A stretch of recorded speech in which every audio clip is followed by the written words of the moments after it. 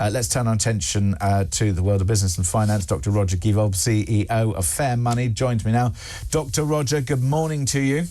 Good morning. I sense we might have a bust up in a minute. However, let's talk about biting. You want to talk about biting first. In the context of the cost of living crisis, it's biting hard. What's happening to us? Well, we were warned that the 14 interest rate rises that the Bank of England put in place would take some time, as much as 18 months perhaps, to work their way through the economy. And the earliest of those, the first 2 or 3 or 4 of those, I suppose, are starting to be felt and felt hard. And it's pretty terrible. And part of the reason for that, well, I would say, just to explain, there are 2 reasons I would say for that. First of all, not everybody's on a mortgage that goes up immediately, if that's who you're targeting. And then, of course, the second point is that a lot of people will have some form of savings, and until or unless they go and you use up and dip into your reserves, you might have a bit of a buffer. Well, that's absolutely right. And that's exactly what's happened.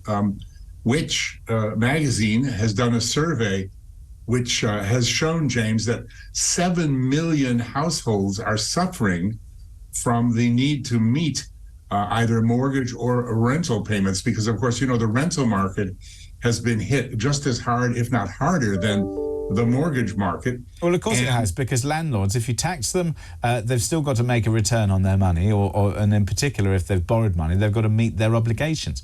And if they can't meet their obligations, and you've got a lot of people who are either borrowing or need to provide a return, guess what? They're going to put up the prices. Precisely. And the other figure, which I think is interesting, is that 1/3 of mortgagors and 1/4 of borrowers are doing, as you just said, they are using not only their earnings, their income, their salaries, whatever, but they are now having to dip into their savings. That's a huge number. It is. So the cost of living crisis biting hard, we know that. Now, apparently, you think that the development of the Rosebank 300 million barrel oil field, does it make sense? Well, it makes sense to develop our largest undeveloped oil reserve, but apparently it's not for our benefit. It's going to do nothing to reduce the cost of energy.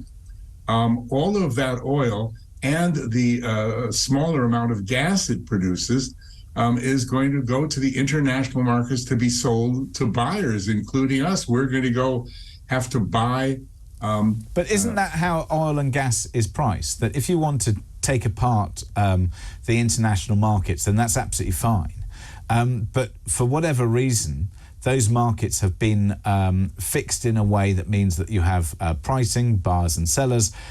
If you don't have that, and you don't have a regulated market and price, then yeah, you can take the oil, you can use it for yourself, you can undermine that market if you want, but then you'll also undermine international trade, won't you? Yeah, no, you're absolutely right. But I mean, just as Joe Britt sitting here, I'm wondering, we have an energy crisis. Yeah, but we benefit. I mean, I did hear some of the nonsense being spouted on telly yesterday, where you heard people saying the UK gets absolutely no benefit. Well, first of all, let's talk about the jobs created. And secondly, let's talk about the tax revenue.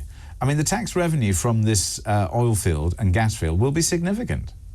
But at a time that we can't have tax cuts, they say, they've apparently given them a huge tax break. So where's the tax revenue? Well, yeah, because that's a tax break for the future, isn't it? So we'll a tax break is when you incentivize investment, because you say this is how you will be treated as and when money comes into your coffers. So you'll have a number of years without tax, but then we will have a tax benefit. And of course, you're right, there is the jobs, yeah. But it just seems, as I say, to me, you know, Joe Bloggs, just an ordinary Brit sitting here with my electricity bill.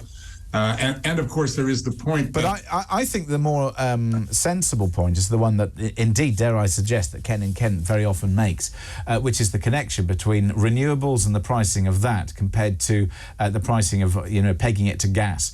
When, in fact, what we should have is consumer choice, being able to say, right, you can choose to have oil, you can choose to have gas, you can choose to have renewables. You pay the price of the different energy, and when the energy is run out, and you have to pay the price of the other stuff. I genuinely don't understand our energy market, and I think that would sort us out in a better way. Meanwhile, you are perplexed by Greenwich County Council, or Greenwich Council. Yeah, Greenwich Council. Yeah, it's not a county council; it's a council. Yeah. It's a wonderful way to run a council. They have ordered 2 large, fully occupied apartment blocks to be torn down. How old are these apartment blocks? I'm not sure. Not that old, and they're full with 204 apartments, and all the families are going to be chucked onto the street. I'm sorry, I didn't get that bit of information how old they are, but I think they're recent enough that the council has come back and said, sorry, you failed to meet the planning consent application conditions. And the failures, from what I've been able to see, are that there isn't enough green space, garden space. There isn't space for children to play. And it's difficult. There are a few steps for disabled residents to get onto their balconies. Now, I mean, these descriptions, to my mind, it's bonkers to pull them down. Absolutely. I don't understand why they didn't say, we're going to fine you. Alternatively, you've got to provide an alternative park out of your profits. And indeed, you've got to mitigate, if anybody who is disabled or has limited access, then you have to make those apartments accessible. I find it absolutely extraordinary that somebody would come up with a view that demolition is the answer.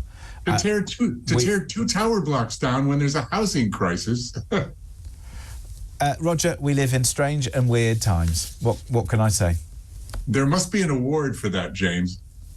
Used to be on That's Life. They used to have the Peak Cap Award, and maybe we need to go back to that, if not worse. Dr. Roger Giewald, CEO of Fair Money, thank you very much indeed for joining us this morning here on Talk, where we have been talking about the scourge of knife crime. How do we end it?